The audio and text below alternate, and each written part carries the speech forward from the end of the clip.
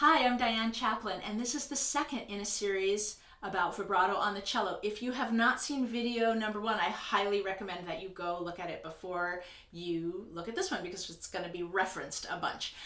This goes along with an ebook that I wrote called Cello Chops, Vibrato Fundamentals, Book 1. And so in video number one, we talked about the first section of the book. Now we're going to talk about exercises E and F, which is called advanced vibrato exercises. So we learned in video number one about wall vibrato with the elbow pinned. The last thing we were doing was keeping our middle finger or another finger in the front of the shoulder and doing our arm rotation. Now vibrato goes off the wall.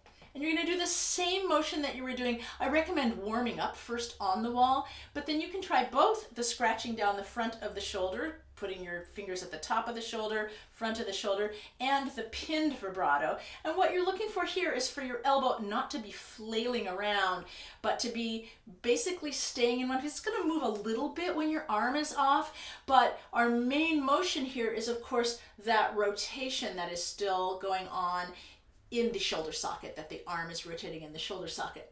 So in the book, there are some recommendations about how to practice this, how to count it, how to get it going. And make sure that you take lots of breaks because you don't want to wear out these muscles, which may not be used to doing this motion. So then the next thing after you get comfortable with being off the wall, and I do recommend that you check in a mirror, in a Zoom window, on your phone video to make sure that your elbow's not flailing all over the place. But the next thing you want to do is get your finger unpinned from your shoulder because that's not really replicating what the experience is on the cello. And so what I recommend that you do next is make a fist, and we're still trying to stay relaxed, but the reason I like to make a fist is because we don't want any wrist motion to happen in here. We want all the motion to be still with that rotation. And you can do like the wrist up, wrist forward idea, making a fist, but eventually we want to settle into having the fist be just in the front of the shoulder. So I'm trying to do an up and down motion where I'm not going all the way up there, but just really in the front of the shoulder as if my fingers maybe were sliding up and down the strings of the cello.